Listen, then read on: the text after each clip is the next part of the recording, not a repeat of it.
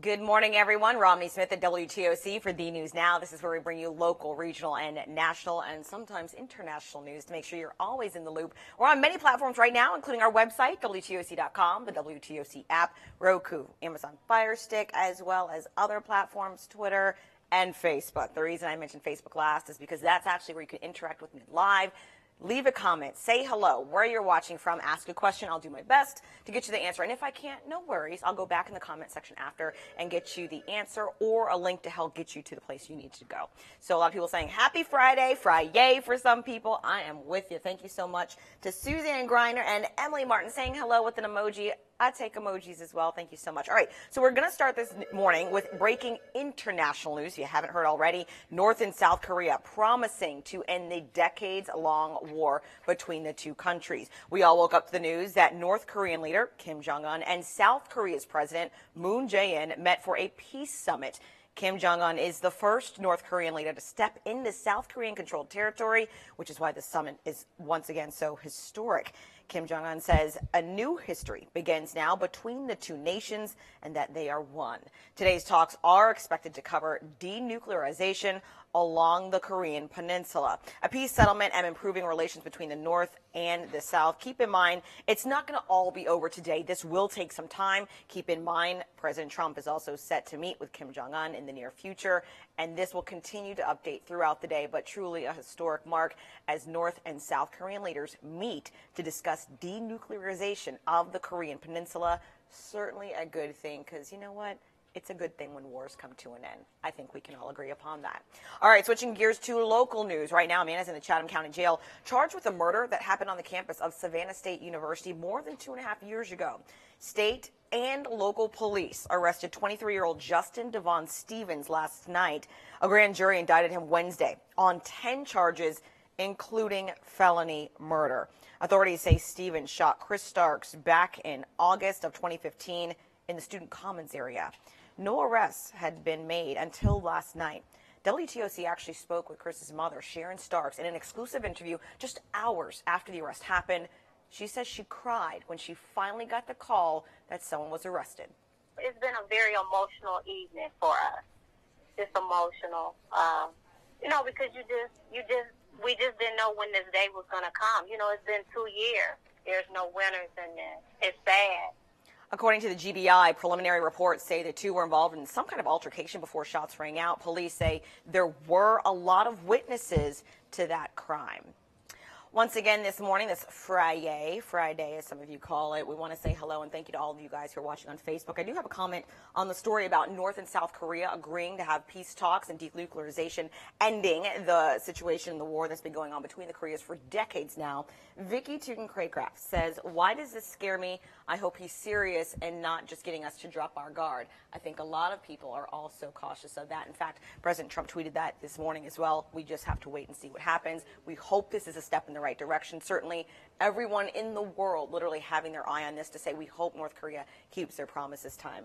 What else we got going on? Jennifer Tompkins saying good morning. Naeem Hendricks, the sun is definitely showing love. It certainly is, and we'll get to the weather in just a little bit later on in the digital newscast. But thank you guys for leaving comments and making statements. We certainly appreciate it. Moving on now, a judge is actually urging lawyers to settle a lawsuit that involves a Marine who killed himself in Beaufort, South Carolina. Rahid Siddiqui died in 2016 at Parris Island, which is in South Carolina. The Marine Corps says a 20-year-old from suburban Detroit jumped from a stairwell after a confrontation with a drill instructor. The judge said he'd prefer not to write a decision in the case. The $100 million lawsuit accuses the government of negligence at multiple levels. 5 Marines have been convicted for their roles in abuses at Parris Island. I know a lot of people in this area are familiar with Parris Island. It's physically its own island owned by the U.S. government. That is where all Marine recruits east of the Mississippi River have to go to train unless they go to officer training, which of course is in Quantico. So just to give you a little bit of background on that, it's very intense to go through that procedure. I actually spent a week at Parris Island a few years ago just observing what the recruits go through. It is intensive, but this particular case has to deal with racial profiling and hazing of sorts. So we'll see what happens with that case. Bullock County, I don't want to ignore you guys. Little drama at the school board meeting yesterday. The reason is because of a beloved principal who was transferred. A group rallied before yesterday's meeting to keep Dr. Bonnie Gamble Hilton as the principal of Langston Chapel Middle School. A plan by Superintendent Charles Wilson called for her to be reassigned to become the assistant principal at Southeast Bullock High School. Supporters said the move is an example of ongoing racial discrimination against minority educators. They urged the board to reject Wilson's changes or at least delay the decision. Well, after a lengthy executive session, board members approved the superintendent's personnel moves. Of course, we will let you know the next steps as the story continues to develop. Okay, more international news right now. I told you sometimes it's local, regional, national, but big things are happening worldwide, and you, of course, need to be in the loop for it. The new Prince of England has a name. Sing it with me. Louis, Louis. Yes, that's his name. Prince William and Duchess of Cambridge, Kate Middleton's new son, finally has a name after 3 days. It normally only takes 2 days, but you know what? They can do what they want. They're the royals. Drum roll, please. His full name, Louis Arthur Charles. Funny. English, but he has a French name, Louis. Little Louis, I like it. In other royal news, keep in mind wedding memorabilia for Prince Harry and Meghan Markle flying off the shelves. And here's what items I'm talking about. Souvenirs, of course, are going out like as if there's no tomorrow.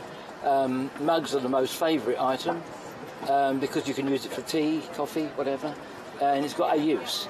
Other items, for example, like playing cards and that, well, it's only if you're playing cards or game with something. But mugs are the most favourite. Of course, with Meghan Markle being an American, retailers say there is a strong interest from North American tourists visiting Windsor Castle for a sneak preview of where the wedding will take place. One of my mentors is actually traveling to London to cover the royal wedding for her TV station. I've already asked her if she can pack me in her suitcase. She says no. But that's okay. It will be televised, so don't worry if you're like, what's all the hoopla about? It's a wedding for the century. I mean, people look forward to these kind of royal weddings. They're unlike anything we have here because, of course, we don't have royalty here. But it's still interesting, and you can always catch that on TV. All right, guys, it is Friday. We're all looking forward to the weekend, right? Whether you work or you want to chill.